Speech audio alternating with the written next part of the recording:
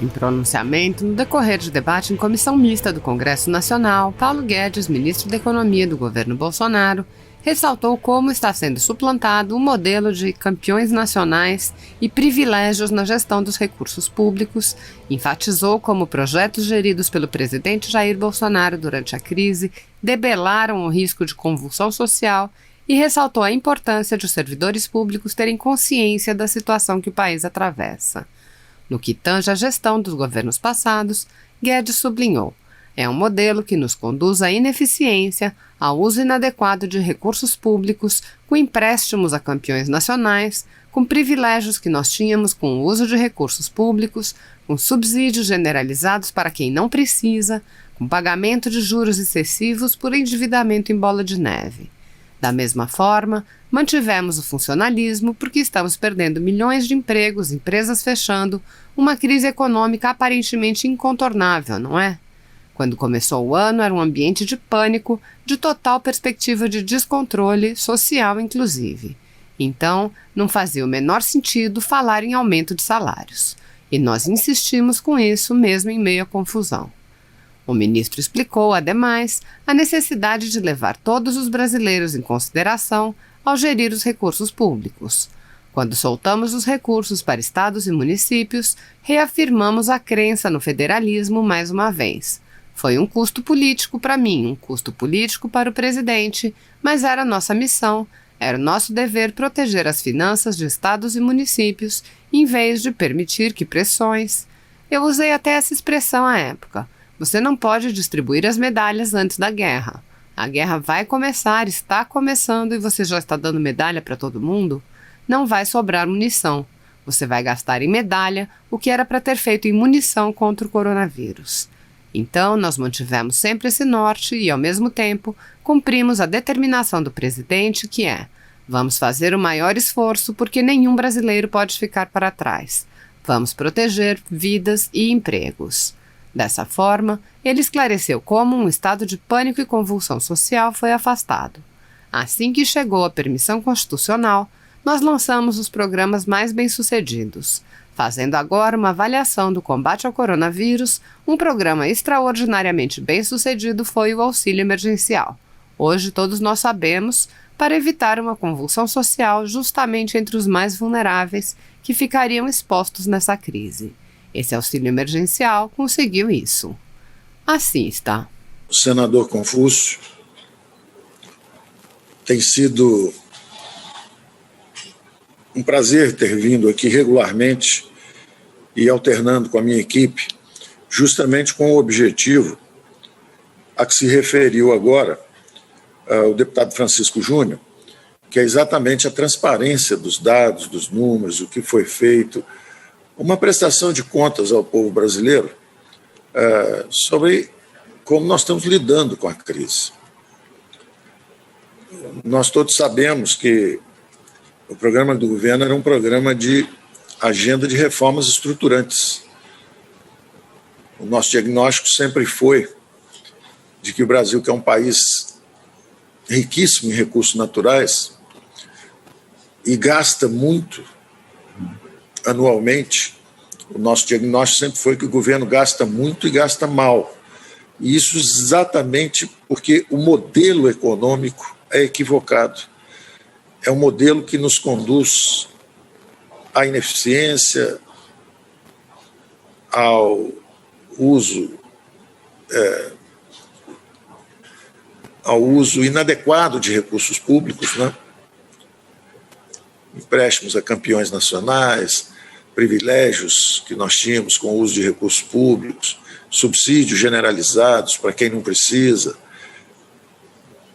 pagamento de juros excessivos por endividamento em bola de neve. Então, isso não é culpa de um indivíduo, não é culpa de dois indivíduos ou de um partido. Isso, na verdade, é uma concepção obsoleta, equivocada, de como melhor utilizar os recursos do país. Então, o nosso diagnóstico era exatamente que tínhamos que fazer uma transição que está incompleta. O Brasil teve muito sucesso na sua transição política, de um regime politicamente fechado para uma democracia resiliente, vibrante, dinâmica, mas não teve o mesmo sucesso em fazer a transição de seu regime econômico, de um regime dirigista, de planejamento central, concentração excessiva de recursos no topo da pirâmide, quando, na verdade, a modernidade exige exatamente o contrário, que seja uma economia de mercado, moderna, dinâmica, e que a ação do Estado seja justamente focalizada nos mais frágeis, nos mais vulneráveis, e que seja executada de forma descentralizada. Daí a valorização da Federação Brasileira, do Pacto Federativo. Os recursos na ponta, com o povo, exatamente para saúde, saneamento, segurança pública, educação. Essa transição nossa de modelo está incompleta, ela segue incompleta. Nós celebramos o êxito de vários governos anteriores em se encaminharem, ou pelo menos fazerem a tentativa, a própria Constituição de 88 faz claramente essa tentativa, de descentralizar os recursos para exatamente cumprir melhor as suas atribuições. Então, descentralizar atribuições, ou seja, obrigações, deveres e também os recursos para melhor execução dessa transformação do Estado brasileiro. Nós estamos exatamente nesse movimento, derrubamos a relação dívida-PIB logo no primeiro ano, acabamos com o paraíso dos rentistas, com juros de 2%, inflação também um pouco aí, em torno de 2%, 2 e pouco, criando o que nós chamamos de aprofundamento dos horizontes de investimento. Começamos a trazer recursos privados para áreas básicas, como saneamento. O Senado acabou de aprovar saneamento e esgoto. Aliás, o Congresso acabou de aprovar saneamento e esgoto. E tivemos logo em sequência os leilões lá em Maceió, o primeiro leilão de Maceió. 2% já é quase 20% do orçamento da cidade. Então, em vez de o governo agora tocar uma área onde nós acompanhamos também ao longo dos últimos 10, 15, 20 anos, o que aconteceu é que as tarifas de água e esgoto subiam todo ano, às vezes acima da inflação. Os salários também subiam, mas os investimentos em água e esgoto caíam todo ano em termos reais. Então, esse modelo de governo centralizado, planejamento central, é o que nós nos referimos ao mais Brasília nesse sentido, mais recursos aqui, em vez de nas mãos exatamente dos estados e municípios, onde o Congresso está aqui representando o povo brasileiro, que coloca todo mundo aqui para que esses recursos desçam e atendam a população brasileira. Então, esse modelo econômico equivocado acabou justamente causando problemas legais, jurídicos fortes até para a classe política brasileira, na opinião pública, não é? Com as alegações justamente de corrupção. E, por outro lado, a estagnação econômica. O Brasil, que já foi o maior polo de atração de gente no mundo, não é? A primeira maior colônia de japoneses, a segunda maior colônia de italianos fora da Itália, a terceira maior colônia de alemães. O Brasil agora perde habitantes, né? As pessoas vão embora para fora, os jovens buscar a vida em outros países, porque o Brasil parou de crescer e tem um desemprego em massa. Então, essa tarefa de transformação não é de um governo, não é de uma pessoa, é exatamente de um presidente determinado, por um lado, de um Congresso reformista e de um bom programa econômico que permita nós completarmos essa transição. Nós estamos, então, portanto, numa transição incompleta.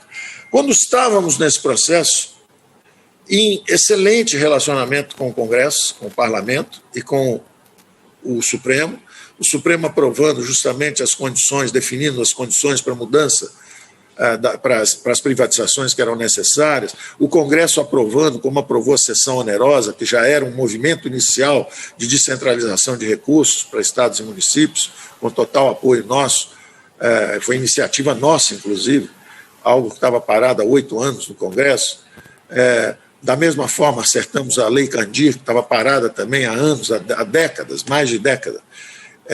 Nós sempre demonstramos inequivocamente esse apreço ao Congresso reformista, essa confiança na capacidade de implementação dessas reformas que o Congresso teria e, finalmente, no apoio a essa direção. Então, trabalhamos juntos reduzindo os privilégios na reforma da Seguridade Social, acabamos com o paraíso dos rentistas, botando juros bastante baixos, porque mudamos o mix de política econômica. Em vez de descontrole sobre gastos e tentar frear só com o Banco Central, botava os juros na estratosfera, fizemos o contrário, quer dizer, vamos direto nos gastos públicos e travando os gastos públicos e desalavancando os bancos públicos, fizemos também, desalavancando o BNDES, fazendo a Caixa pagar os instrumentos híbridos, desalavancando mesmo bancos, o Banco Nordeste, todos contribuíram para o pagamento com a União. Ao contrário das expectativas, que era que nós só íamos estabilizar a relação dívida-PIB no 4º ano do nosso governo, os economistas todos diziam que não ia ser possível estabilizar essa dívida, nós derrubamos a dívida no primeiro ano. Caiu de 36,5% para 35,8%. Então, no nosso primeiro ano, nós começamos a entregar a reforma da Previdência, que era uma promessa e o gasto principal, e que crescia explosivamente. O segundo grande gasto, que era o rentismo, nós derrubamos fulminantemente também os juros e desalavancamos a União como percentagem do PIB. A terceira grande despesa, que era os salários, nós mantivemos o salário do funcionalismo público, né? No primeiro ano, nós mantivemos. O governo anterior, logo no início, o governo Temer, apesar de todos os seus méritos, a primeira medida foi dar um aumento generalizado de salários. E quando tentou fazer a reforma da Previdência no final, já não conseguiu, já era tarde, não tinha mais o capital político para fazer. Nós fizemos exatamente o contrário, começamos com a reforma da Previdência e não demos aumento de salário. No segundo ano, que foi esse ano agora, da mesma forma, mantivemos o funcionalismo, porque estamos perdendo milhões de empregos, não é? Empresas fechando, uma crise econômica aparentemente incontornável, né? Quando começou o ano, era um ambiente de pânico, de total perspectiva de descontrole social, inclusive. Então, não fazia o menor sentido falar em aumento de salários. E nós insistimos com isso mesmo em meio à confusão, quando soltamos os recursos para estados e municípios, reafirmando a nossa crença no federalismo, mais uma vez. Fomos testados várias vezes na sessão onerosa, testados agora de novo no enfrentamento do coronavírus.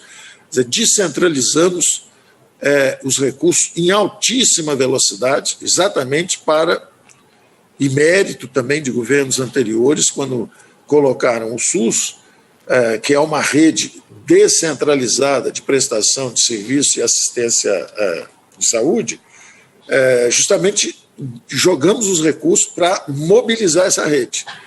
E esses recursos chegaram na ponta, e durante essa conversa com os governadores, exigimos, por outro lado, que essas despesas temporárias com a saúde não fossem transformadas em despesas permanentes com salários. O dinheiro da saúde não podia virar um dinheiro de aumento de salário generalizado para estados e municípios, protegendo as finanças de estados e municípios. Nós poderíamos não falar nada, só deixar o governo federal sem dar os aumentos e deixa para lá os estados e municípios. Nós só tivemos custo político, né, de tomar essa iniciativa. O presidente teve que vetar uma decisão prévia tomada.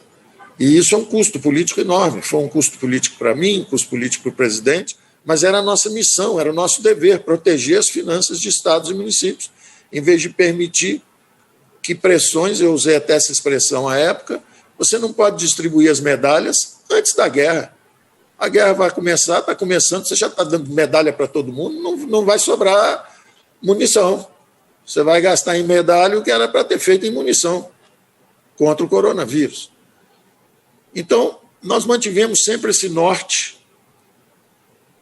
e, ao mesmo tempo, cumprimos a determinação do presidente, que é vamos fazer o maior esforço, porque nenhum brasileiro pode ficar para trás, vamos proteger vidas e empregos. Bom, nós temos sido submetidos justamente a essa avaliação também internacional. Eu disse que o Brasil ia surpreender o mundo, porque tinha um congresso reformista, que já havia surpreendido o mundo no ano anterior. Indo a essas reuniões, esses fóruns internacionais, havia um ambiente de descrença, primeiro com a democracia brasileira, uma descrença na democracia brasileira. Exatamente por causa da sucessão de escândalos, de um lado, que tinha muita corrupção, aí do outro lado, teoricamente, estaria chegando um governo que não tinha apreço pela democracia, que seria populista. Então, havia uma atitude de descrença em relação à democracia brasileira. E eu, nos fóruns internacionais, sempre disse o seguinte: o Brasil vai surpreender o mundo. A nossa democracia é resiliente, é vibrante, funciona, está fazendo as reformas estruturais. E no primeiro ano, então, enquanto milhões de pessoas na França, nas ruas, impediam a reforma da Previdência, no Brasil, milhões de pessoas nas ruas e o Congresso aprovaram a reforma da Previdência. Então, foi com um enorme orgulho que eu voltei a Davos esse ano, dizendo: eu disse que o Brasil ia surpreender. Logo depois começa a pandemia.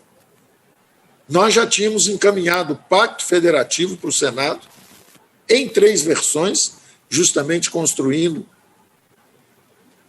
em 4 mãos com o presidente Davi Alcolumbre. Nós combinamos, vamos fazer a coisa bem compartilhada, para que os principais partidos possam se debruçar sobre a reforma e, finalmente, patrocinar as medidas que forem aprovadas. Então, encaminhamos uma primeira versão do emergencial para o Podemos, o senador Oriovisto, a segunda versão para o PSD, que é a PEC dos fundos, que também com o senador, por favor, o senador do PSD, Otto Alencar, da Bahia, e, finalmente, a terceira versão, que era a versão ampla do pacto, com o senador Márcio Bittar. Encaminhamos isso para o Senado, iríamos encaminhar a administrativa para a Câmara de Deputados, como combinado. Há sempre gente a favor, gente contra, também no Executivo. Eu sempre digo que quem dá o timing das reformas é a política. Então, a reforma administrativa estava pronta, mas a política dizia que o timing não era aquele. Então, estava havendo uma demora nessa entrega da reforma administrativa, pela política, não pelo plano em si. E é natural isso. Há momentos que são mais convenientes ou menos convenientes. Por exemplo, nós estamos vivendo aqui, estamos há 2, 3, 4 semanas de uma eleição. Seria um momento interessante para disputar agora, falar agora sobre uma privatização em particular, não é um momento interessante. Estão todos concentrados agora em mobilização de bases, em eleições a nível municipal. Então, eu compreendo que, às vezes, o timing escorrega. Naquela ocasião, escorregou, a administrativa estava escorregando, a tributária, realmente, eu tive problemas, não é? Porque é de conhecimento amplo que eu gostaria de fazer uma desoneração, e, para isso, eu precisaria recorrer a uma nova base tributária, substituindo impostos antigos, e, então, naquela época, havia quase que uma interdição à discussão desse imposto. Então, eu também estava desarmado ali. Perdi, inclusive, meu secretário da Receita Federal e tive que refazer todo o programa tributário. E fomos atingidos já em pleno entendimento. O presidente da Câmara, o deputado Rodrigo Maia, sempre nos apoiou e, havendo uma divergência ou outra, é o que nós acabamos combinando. Se tivermos uma divergência, vamos discutir isso no final. Vamos trabalhar nossas convergências primeiro. Então, ele sempre apoiou a reforma previdenciária, está a favor das reformas, subscreve o Pacto Federativo, subscreve a tributária, subscreve e tem até propostas avançadas também para o Pacto, para a reforma administrativa. Então, nós temos um perfeito entendimento, apesar das diferenças de opinião, às vezes, que são exacerbadas ou exageradas, um pouco pelos temperamentos pessoais, mas, na verdade, todos estão lutando pelo país. E tudo já combinado, vem o coronavírus, nos atinge. Bom, no coronavírus, nós fizemos, como já foi falado aqui várias vezes, quase R$500 bilhão, 400, 500 bilhões, que eram diferimento de impostos, antecipação de benefícios, empréstimos, redução de compulsórios, iniciativas de vários tipos, antes que nós tivéssemos uma emenda constitucional nos permitindo agir ainda com mais decisão. Assim que chegou a permissão constitucional, nós lançamos os programas mais bem-sucedidos. Se nós, fazendo agora uma avaliação do combate ao coronavírus, um programa extraordinariamente bem-sucedido foi o auxílio emergencial. Hoje todos nós sabemos que convulsão social, evitar convulsão social justamente dos mais vulneráveis que estariam expostos nessa crise. Esse auxílio emergencial conseguiu isso. Da mesma forma, manter os sinais vitais da economia brasileira preservados, porque em algum ponto no futuro essa economia tem que voltar e os sinais vitais tinham que estar preservados. Uma coisa é você dar um apagão na economia e ela não ter capacidade de recuperação. A outra coisa é você, como um urso hibernando, todos os sinais vitais preservados, ele só está em modo de economia de energia, está economizando energia. Quando ele sai da caverna, quando acaba o inverno, ele sai faminto e ele sai com energia, porque ele preservou as energias. Nós conseguimos fazer a mesma coisa. Com o auxílio emergencial, nós protegemos 38 milhões de brasileiros, mais vulneráveis justamente, que ficaram completamente sem acesso ao seu ganha-pão diário, né? É a faxineira, que ia de apartamento em apartamento limpando, é o jardineiro, são os restaurantes, os bares que ficaram fechados, e as pessoas que prestam serviço informal, 38 milhões de brasileiros informais, e isso que nos chamou a atenção também desse desemprego em massa, e tornou ainda mais importante a agenda de desoneração. Porque é uma desatenção, é uma insensibilidade, é uma desconsideração ao brasileiro comum, que é justamente o que é discriminado no mercado de trabalho formal, né? Se você pode dar um emprego a alguém, a um salário mínimo que é R$1.000, acaba custando R$2.000 para a empresa. É muito para quem paga, é pouco para quem recebe. E na hora de empregar alguém, discrimina-se exatamente o jovem da periferia, que não sabe, não aprendeu várias línguas, nunca viajou para fora, e aí você dá o emprego inicial justamente para um jovem de classe média alta, que fala várias línguas e tal, já que você tem que pagar aquele salário mínimo, em vez de pagar para o desassistido, você paga para o sujeito que você acha que é mais produtivo, que tem justamente uma maior bagagem cultural. Isso é perpetuar as desigualdades. É uma forma de privilegiar novamente, justamente, os mais abastados. Então, isso nos convenceu de que nós temos que trabalhar essa pauta de desoneração com profundidade. Mas preservamos e com auxílio realmente decisivo do Congresso. Porque quem formulou a medida e desenhou foi a economia. Eu sei quem sentou e escreveu. Agora, quem ampliou a base e ampliou também o valor, foi um trabalho com o Congresso, com todo o mérito. Eu não poderia lançar um auxílio emergencial acima do Bolsa Família. Seria um desrespeito a quem está no Bolsa Família. Por que alguém que está num programa social do governo vai receber menos do que alguém que acabou de receber uma ajuda agora, acabou de entrar? Quer dizer, alguém que era uma faxineira, de repente perdeu o seu sustento, e aí ela vai receber mais? Não, os brasileiros são iguais, a ajuda é igual para todo mundo. Então, eu botei justamente naquele nível inicial, que estava o Bolsa Família, sabendo e consciente de que esse nível seria aumentado. Se foi aumentado muito, se foi pouco, isso é outra conversa. Mas a verdade é que construímos juntos a solução. E isso é que eu digo que o mundo não estava preparado para ver, porque diziam que o Brasil era um caos, que a democracia brasileira era frágil, que estava sob ameaça. Muita gente aqui dentro do país falando com a imprensa lá fora, dizendo que o Brasil estava mesmo indo para o caos, que o Brasil estava desgovernado, que a democracia brasileira estava sob risco, prestando um desserviço ao país. Um desserviço, botando a política acima dos brasileiros. Botando a política acima dos brasileiros. E eu dizia lá fora, toda vez que era questionado, o seguinte: o Brasil vai surpreender o mundo. E o Brasil surpreendeu de novo, porque em meio ao caos que foi a pandemia chegando, o Brasil trabalhou organizadamente, a Câmara, o Senado, o Supremo, o Executivo, trabalhamos juntos e estamos atravessando a crise.